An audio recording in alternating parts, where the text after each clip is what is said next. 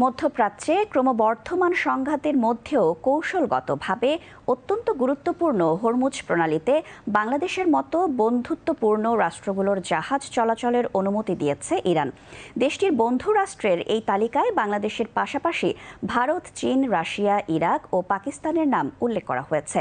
ইরানের রাষ্ট্রীয় টেলিভিশনকে দেয়া এক সাক্ষাৎকারে দেশটির পররাষ্ট্রমন্ত্রী আব্বাস আরাকচি বলেন, পশ্চিমা গণমাধ্যমের দাবি অনুযায়ী হরমুজ প্রণালীটি পুরোপুরি বন্ধ নয়।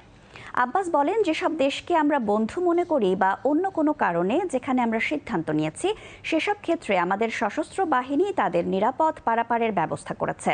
তবে আব্বাস সাফ জানিয়ে দেন, যারা এই যুদ্ধে সরাসরি জড়িত বা শত্রুপক্ষ হিসেবে বিবেচিত তাদের জাহাজ এই পথে চলতে দেয়া হবে না। বিশেষ করে যুক্তরাষ্ট্র, ইসরায়েল এবং যুদ্ধের নেপথ্যে ভূমিকা রাখা নির্দিষ্ট কিছু উপসাগরীয় দেশের জাহাজ চলাচলে কঠোর নিষেধাজ্ঞা জারি করা হয়েছে। তিনি বলেন, ইরান এখন যুদ্ধাবস্থায় আছে। এই অঞ্চলটি এখন একটি যুদ্ধক্ষেত্র, তাই শত্রু বা তাদের মিত্রদের জাহাজ চলাচলের অনুমতি দেওয়ার কোনো কারণ নেই। তবে অন্যদের জন্য এটি খোলা থাকছে। উল্লেখ্য, বিশ্বের মোট তেলের প্রায় 1/5 এই সরু সমুদ্রপথ দিয়ে পরিবহন করে।